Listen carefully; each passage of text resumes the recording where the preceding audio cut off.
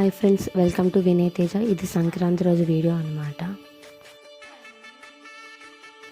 చుట్టూ ఈ విధంగా పెట్టుకొని మధ్యలో పాలు పొంగించుకోవాలి.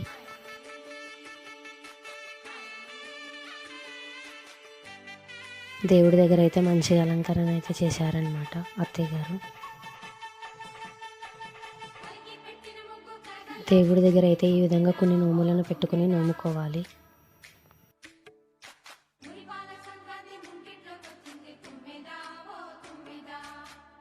టేబుల్ మీద కూడా కొన్ని నోములను పెట్టుకుని నోముకున్నారు అత్తయ్య గారు. కలశాల నోము, పానకం చెంబు, పాల చెంబు, చపాతీ కూలల నోము, ఇట్లాంటి కొన్ని నోములను అయితే మా అక్క నోముకున్నది. చపాతీ కూలల నోము, బతుకమ్మ నోము, రబ్బర్ బ్యాండ్ల నోము, స్టిక్కర్ల నోము, ఇట్లయితే కొన్ని రకాల నోములను నేను కూడా నోముకున్నాను. మనం నోముకున్న తర్వాత ఈ విధంగా అయితే హారతి ఇవ్వాలి.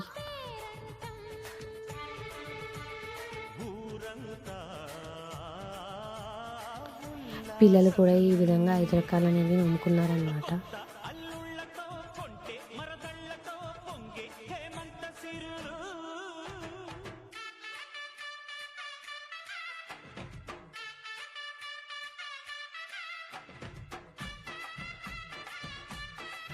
తర్వాత అక్క నేను ఇద్దరం కలిసి అయితే కైలాస గౌరి నోముకైతే ఈ విధంగా రెడీ చేసుకున్నాము. నోముకున్న తర్వాత అయితే ఇద్దరం కలిసి హారతి ఇచ్చాము.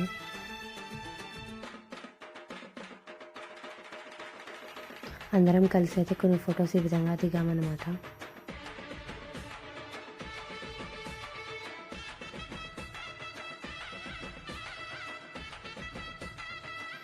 పిల్లలందరూ కలిసి అయితే గాలిపటాలను ఎగరేసుకుంటున్నారు.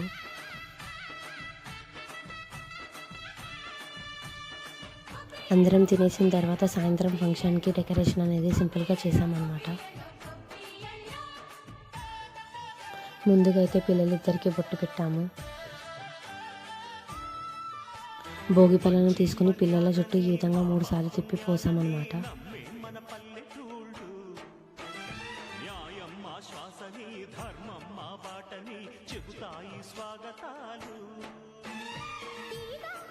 తర్వాత అత్తయ్య గారు మావయ్య గారు కూడా ఇద్దరు కలిసి ఇద్దరు పిల్లలకి భోగి పళ్ళు అనేవి పోసారు. తర్వాత మా పెద్దమ్మ పెద్దనాన్న ఇద్దరు కూడా పిల్లలిద్దరికి భోగి పళ్ళు పోసారనమాట. అందరూ భోగి పళ్ళు పోసిన తర్వాత అయితే ఇట్లా కొన్ని ఫొటోస్ అయితే దిగామన్నమాట.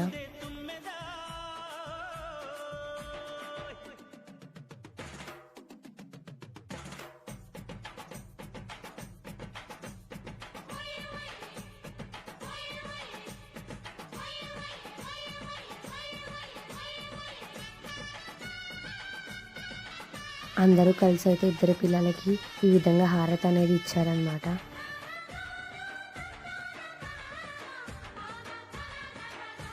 తర్వాత కొన్ని ఫొటోస్ అయితే ఈ విధంగా దిగామన్నమాట.